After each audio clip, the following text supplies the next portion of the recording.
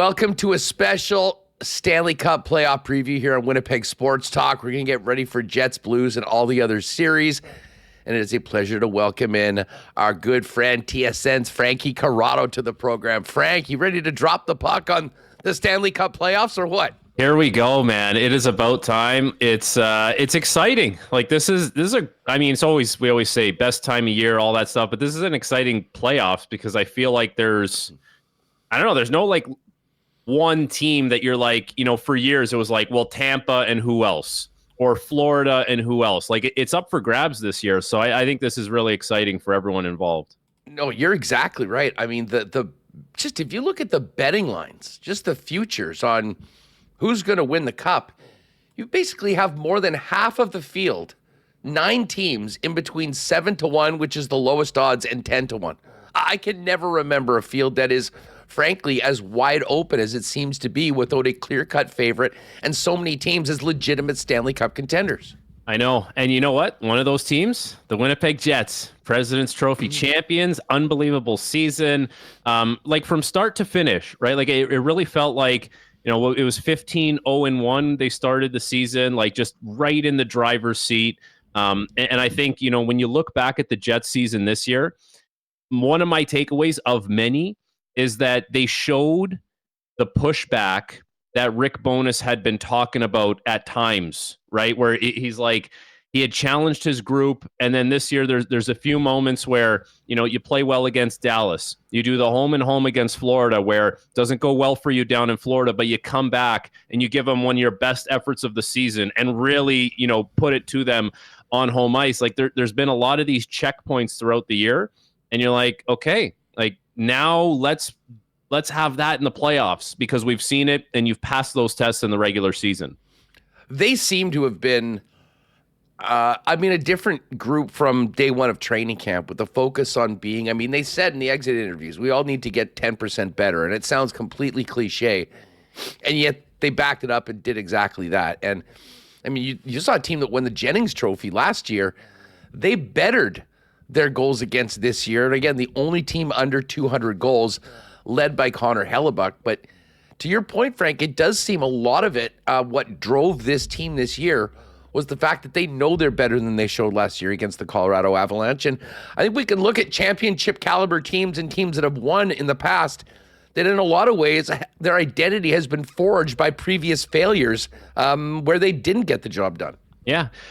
So if you look in recent history, I think the Florida Panthers are somewhat of an appropriate comparison in that way. Like they won the President's Trophy a few years back and then they fizzled out in the playoffs. And the way they went out, it was like, all right, that might be the best that they have. Like that's just, they might not have much pushback. Of course, they make changes to their team and the mindset changes. And all of a sudden it's like, that's the gold standard for playoff hockey, it seems like. And with this group, it's different.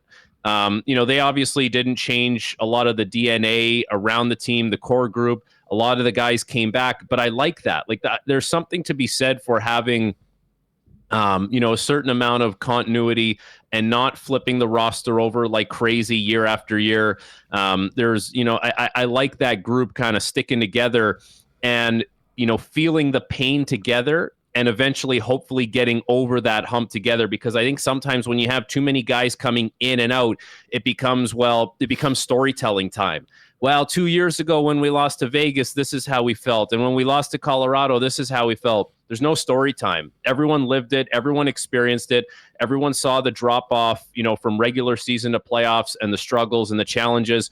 And now this group, it does feel like they're more primed and ready to take on that next challenge and take that next step. But it ultimately is up to them. Like they're going to have to prove to us that they can do it. But the signs that we've seen in the regular season would indicate, this is the most ready that they've been over the last 3 years. It looks like a team that's been on a mission, each and every night to get ready for Game 83, as Scott Arniel said, and we will see that in a very short amount of time. The opponent is the St. Louis Blues, a very different season than the Jets. Got a coach fired early on, looked like they were destined for the draft lottery, and then the Four Nations came and they became one of the hottest teams in the NHL. And there is something to be said of what have you done for me lately? They have been very good. How dangerous is this Blues team, Frank, as we go into the postseason? They're a dangerous team, no doubt. They've been excellent offensively, led by a first line that has been one of the best lines in the NHL with Robert Thomas down the middle of the ice. One of the things that sticks out to me about St. Louis is all the experience on the back end. Like how many of those guys have played 1,000 games or are nearing on 1,000 games? It's like Fowler, Falk, Leddy, Suter, Colton Parayko, who was playing for Team Canada, who's obviously very highly thought of around the NHL. So like that's I think where the backbone of St. Louis is. It's on the back end, and of course you can't forget about talking about Jordan Binnington, big game goaltender. Like that seems this year with the Four Nations seems to have kind of reignited that conversation, about what he's all about. And you know what? The Blues were the best team in the NHL from the Four Nations face-off right through to the end of the season. They had a .788 winning percentage. But, the Winnipeg Jets had a .673 winning percentage.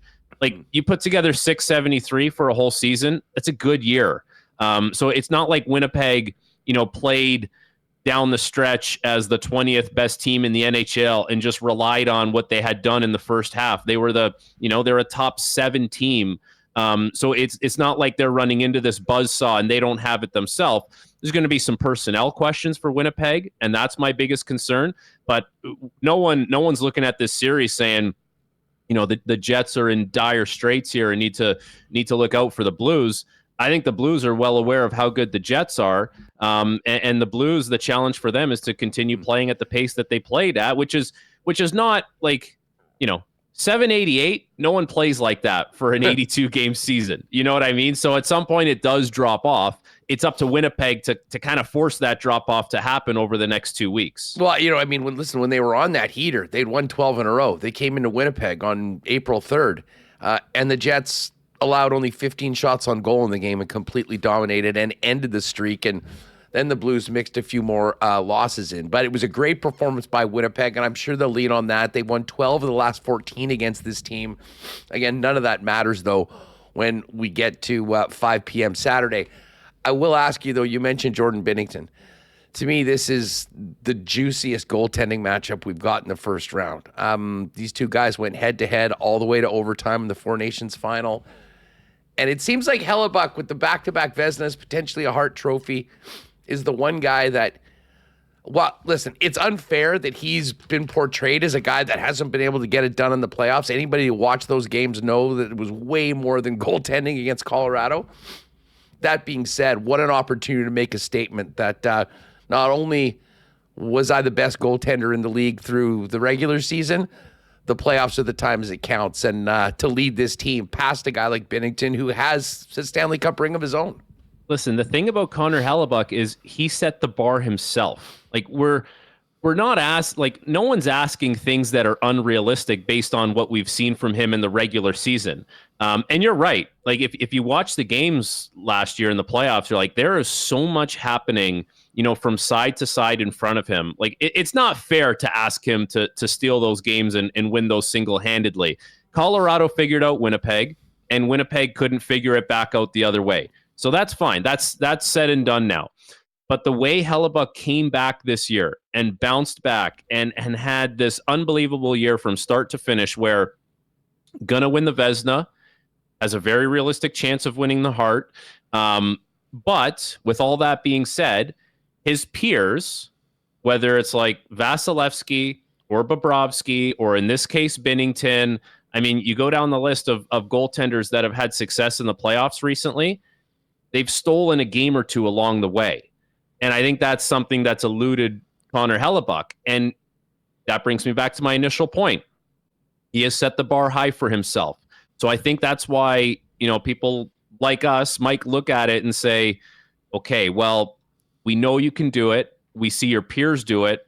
Just throw in a steal there every once in a while. And this would be the year to do it because you're going up against Jordan Binnington, who in a one-game situation can hold his own, no doubt, right? Like it's on the line. That guy lives for these moments. There's just something about him. You hear John Cooper talk about it. You hear guys that played with him at the Four Nations talk about it. There's a mental thing with Binnington where it's like he gets up for these things regardless of the fact that he's staring down the best goalie in the world at the other end. So I think this is a great moment for Hellebuck to really channel that himself. And as long as his team holds up their end of the bargain, and what I mean by that is don't completely abandon what made you such an effective team in the regular season. You were the best defensive team in the regular season. Okay, let's allow for a little bit of slippage. Maybe you're a top 5 defensive team in the playoffs, not, the 16th best defensive team. Maybe, your power play was cooking at 30%. It was the best in the NHL. Little bit of slippage, you're a top 10 power play or a top 8 power play. You know what I mean? Like if you have that, if that's the wiggle room, then it allows Hellebuck to be Hellebuck and capture that moment. But if it's a complete drop off and it's abandoned, well, you're not helping him out, and it becomes tougher for him to steal a game for you along the way. Frankie, the one area of concern for the Jets is health going into the series. Nikolai Ehlers is out week to week. I don't expect him in the series, regardless of how long it goes.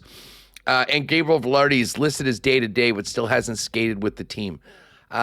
What is the key to surviving without 2 very important offensive players, and who are you looking to maybe step up for Winnipeg with the increased opportunity? Man, you said it. Like they're such important players. So I think the first name that comes to mind that would be stepping up in this situation is Alex Iafallo, and he does step up. Huh. He plays well when he goes higher in the lineup. And the thing I love about watching this guy play is if he's going to play higher in the lineup and give you 16, 18 minutes, he's giving you 16 to 18 minutes of quality in a first-line position. Skilled enough that he can play with Scheifele and make plays with Connor and bring a little bit of that edge and speed, to that line, which they need that as well. And I think if he does have to play lower in the lineup, which we've seen it a lot this year, he gives you 10 minutes of what a fourth liner needs to do well. Tenacity, speed, forechecking, puck retrieval, try and play in the offensive zone. So I think it's a nice versatile player to have, and he almost changes his identity based on the situation. So I think that's Alex Iafallo works no matter where you put him. As far as the Nick Ehlers thing, for me, he drives that second line in such a big way. So that's not to say that it's a bigger loss than Velarde, but the second line loses a bigger chunk without Ehlers in it. And so that's where, maybe Nino Niederreiter, he fills into that situation and he needs to provide a little bit more, which he's capable of. And then Brandon Tanev steps into a third line role and he provides a little bit more, which he's capable of. The thing about, whoever slides into a third line role, it's like, you got to be hard to play against, and you got to be physical, and you got to block shots, and you got to be lockstep with Adam Lowry, which is not a hard thing to do, really. You have to be committed to it and wanting to do it. There's no doubt you're missing offense, and that sucks, but I do believe this lineup can make it up by committee. I think, the only, issue with those two guys being out of the lineup is what it does to the power play. That's my biggest concern, because the power play was such an X factor for them this year. When everyone was on it, it was like, okay, who's the biggest threat? Take away Connor, no problem. Ehlers might be open. You want to take away the half wall guys? Well, Gabe Velarde's in front of the net and he's making plays. That's my biggest concern. It's not necessarily as much 5-on-5. It's more on the power play side of things.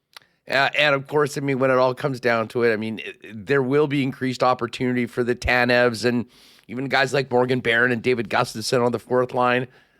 But Mark Scheifele, Kyle Connor, Josh Morrissey, Connor Hellebuck, these are the leaders. These are the foundational players of this club. And if they're at their best, I think the Winnipeg Jets have a very good chance of seeing the winner of Dallas and Colorado in round 2. I do too. The best, this is the thing always come playoff time, right? Your best players have to beat the other team's best players. And I had a coach actually do this. I don't know if it was effective or not, but it kind of just put it into perspective for you, who you need to be better than on the other team. So it was like a sheet on our whiteboard, and it had your name and the guy you need to be better than on the other side. And we had it for the whole roster. And it kind of just put it into perspective, like, okay, so that's, that's who I'm going up against, right? And we can all kind of figure it out. Like Mark Scheifele has to be better than Robert Thomas. Josh Morrissey has to be better than Colton Parayko. And you go down the list of guys.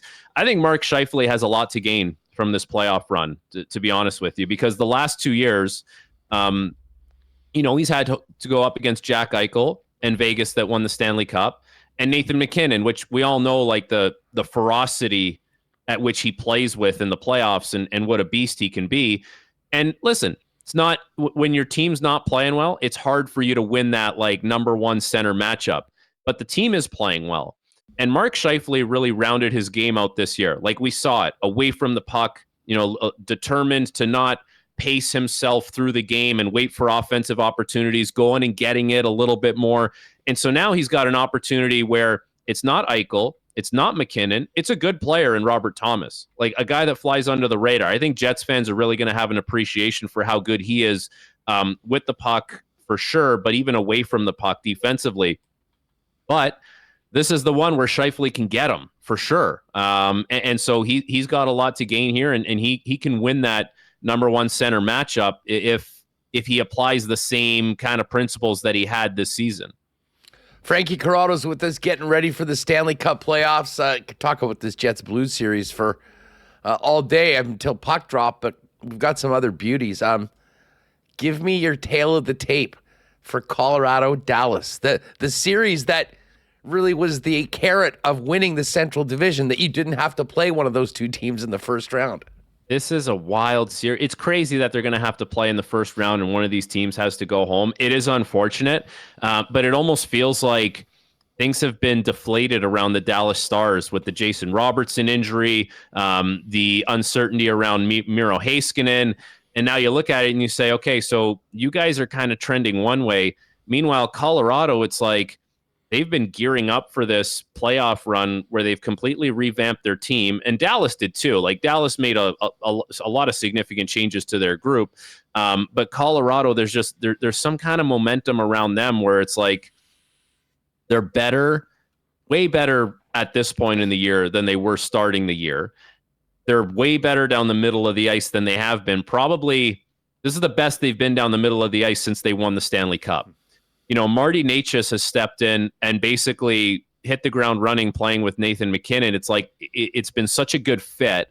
And Cale Makar's had a Norris Trophy season again, and their goaltending's good. Like their goaltending's better than it's been. So I think Colorado wins this series. I wouldn't be surprised if Dallas won. Like they're a very good team in their own right.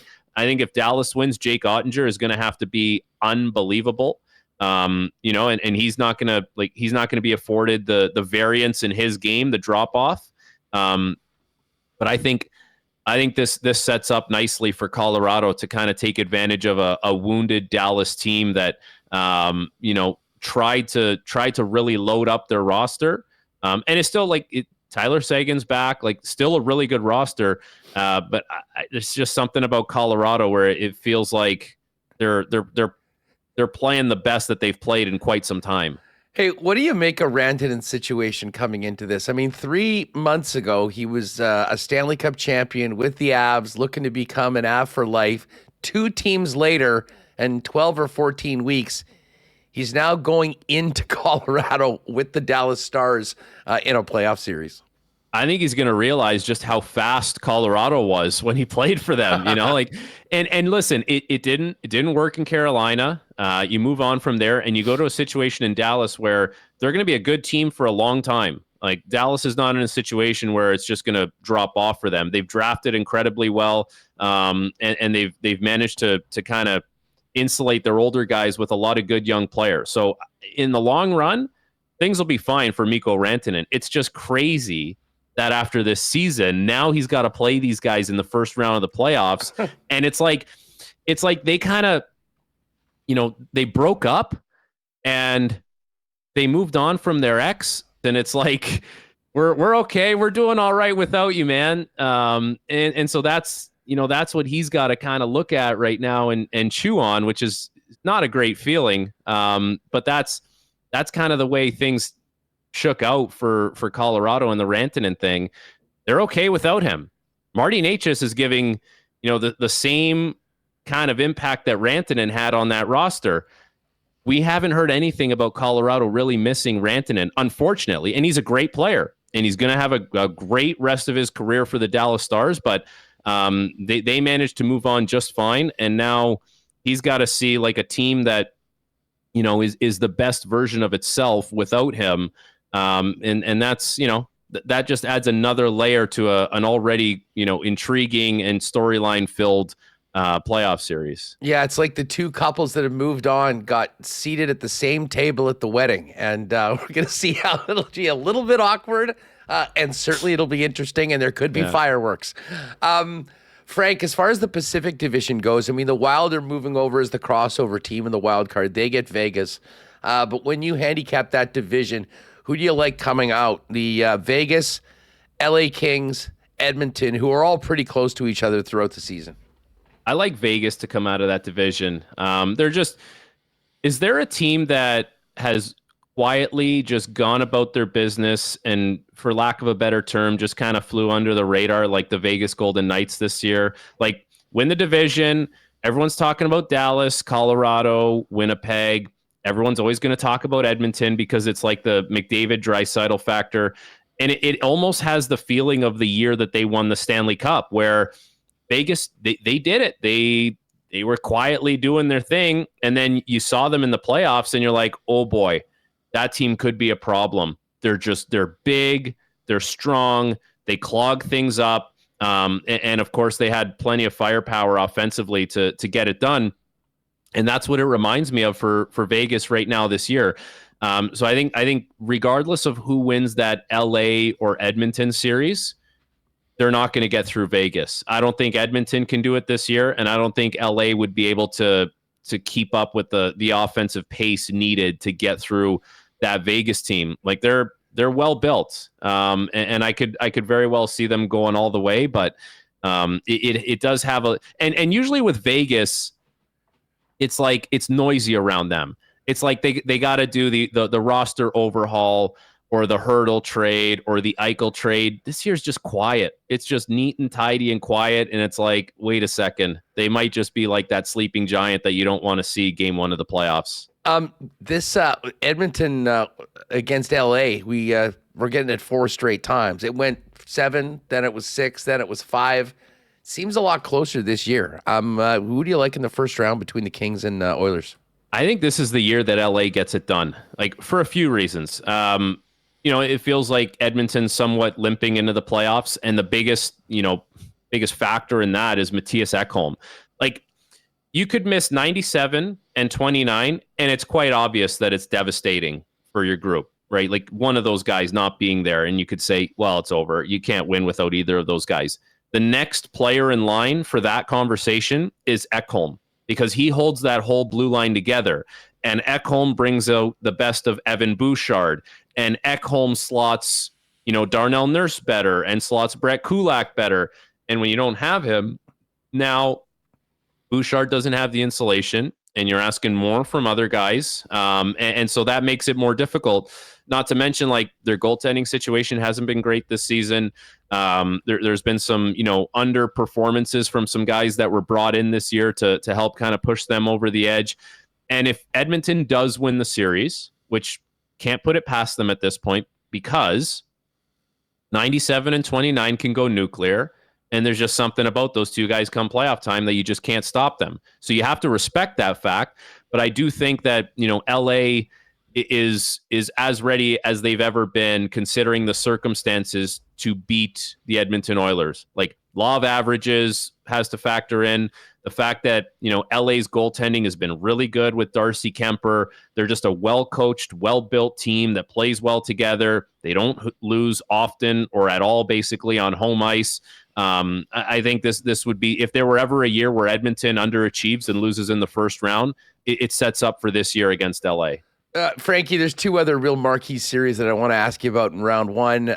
One is in your neck of the woods. The Battle of Ontario is back. The Leafs, with a great season, win the Atlantic, and the Ottawa Senators return to the playoffs. It kind of seems like The Sens are playing with house money. All the pressure is on the Maple Leafs to get through the first round, but they're going to go in against a team led by Brady Tkachuk. I mean, we've waited for a long time to see Brady Tkachuk in the playoffs, and I mean, I think this is going to be an absolute beauty and not an easy run for the Toronto Maple Leafs. What's your tale of the tape for Ottawa, Toronto?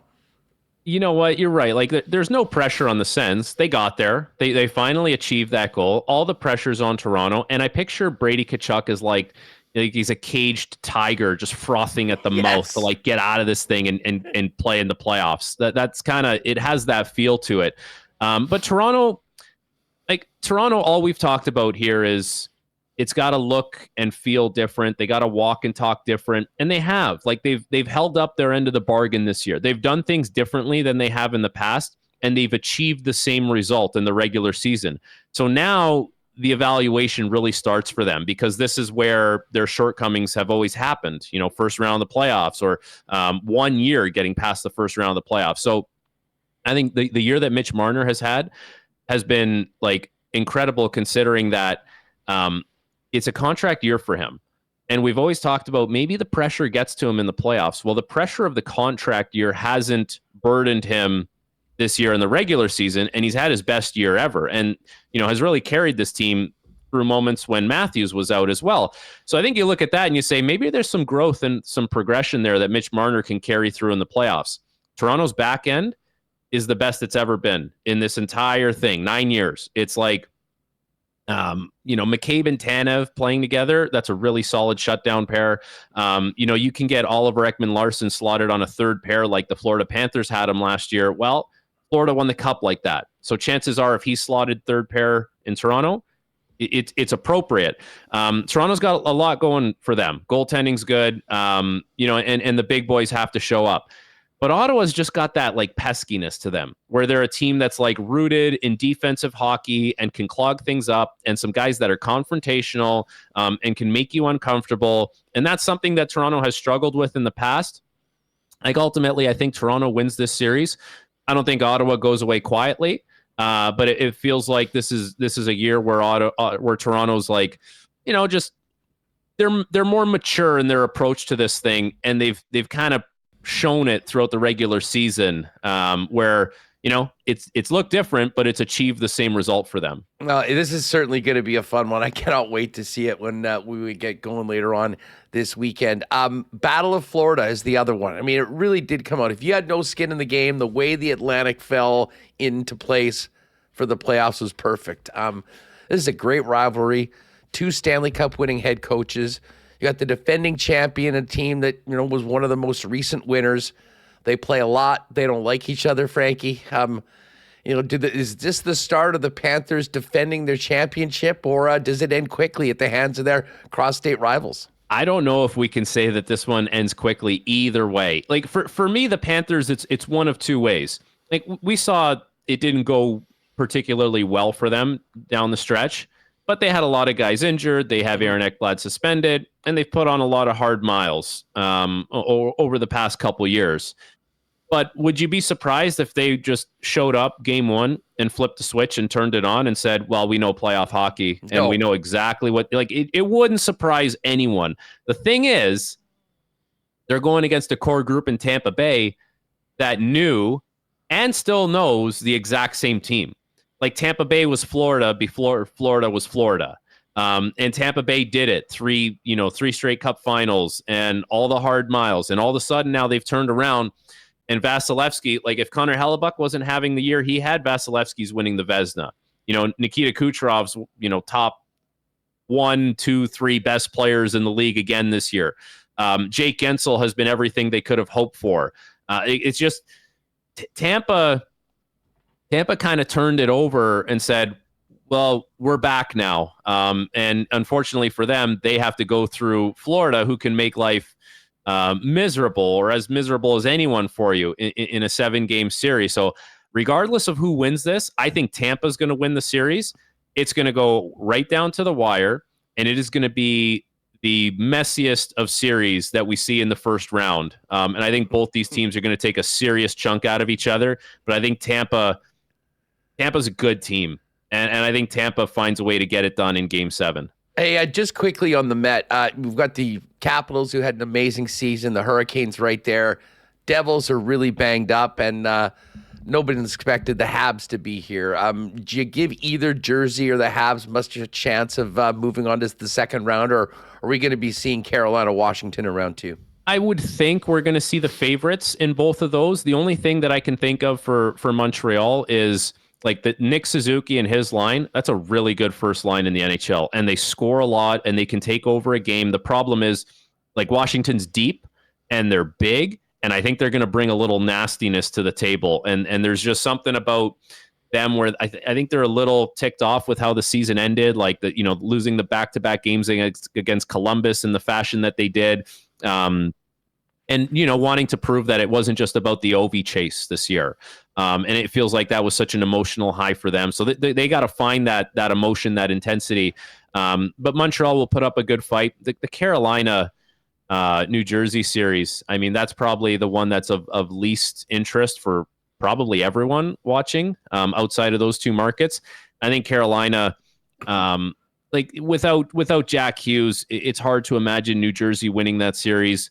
Goaltending would really have to be unbelievable. But if they do, I think that really speaks to Sheldon Keefe and his ability as a coach, because, he had this thing in Toronto where he couldn't get past the first round or only got past the first round once.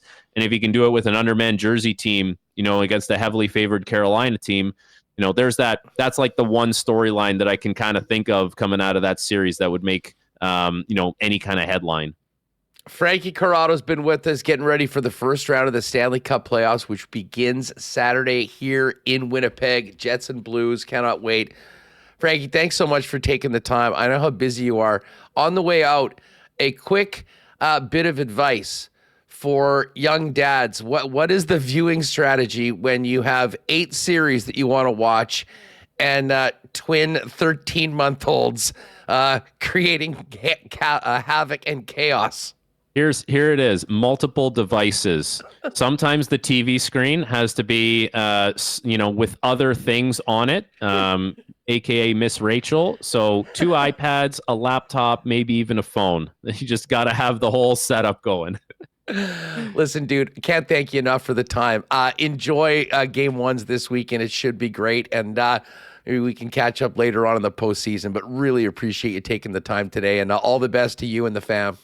Thanks, buddy. Thanks for having me on. We'll talk soon.